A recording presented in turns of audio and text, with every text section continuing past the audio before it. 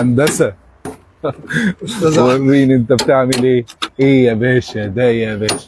السقف كان كده برضه صح؟ ده العربيه كلها كده السقف كله كده. حاجه يعني زي ما بيقولوا شغل كده إيه؟ محاره.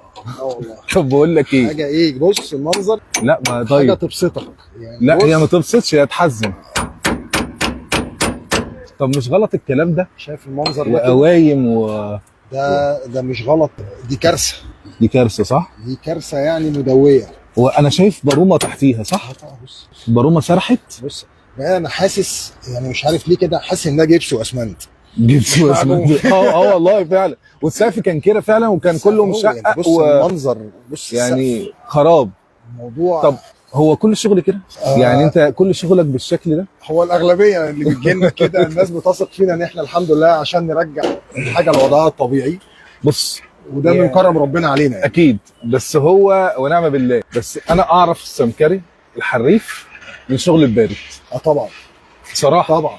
ده اللي يبين اذا كان هو قوي ولا مش قوي. طيب انت قلت عندك عربيه فيها شغل بارد، ما حصلش. طب احنا اوريك الاول وريني شكلها كده. المنظر وريني شكل يعني العربيه. عامل ازاي اه عشان تشوف المنظر. دي كده صوره، تمام. ده المنظر. خبطه قويه في العربيه. هي دي بص الحله كانت عامله ازاي. معجونه ها؟ تمام. بص الظهر معجون خلاص. تمام. العربيه كانت معجونه. طيب هي دي. قبل ما الناس تشوف العربيه دي اتعملت على البارد من غير حموه واحده. ما شاء الله. طب فرجنا فرج. كده بقى. وقول لي ايه رايك. طب هل التكلفه بتفرق يا هندسه؟ طبعا. البارد اغلى بكتير؟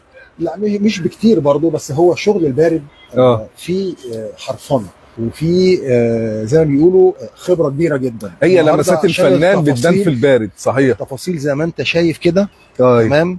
بص حتى الفليتو ده بتاع العربيه احنا ما عملناش فليتو. ازاي تمام. ان انت اشتغلت وتحافظ على الفليتو بتاع الفابريكا. طبعا عشان العربيه تفضل محافظه على قيمتها. بالظبط. تمام يا هندسه. ماشي يا هندسه، شكرا جزيلا ليك. حبيبي ربنا يديك الصحه.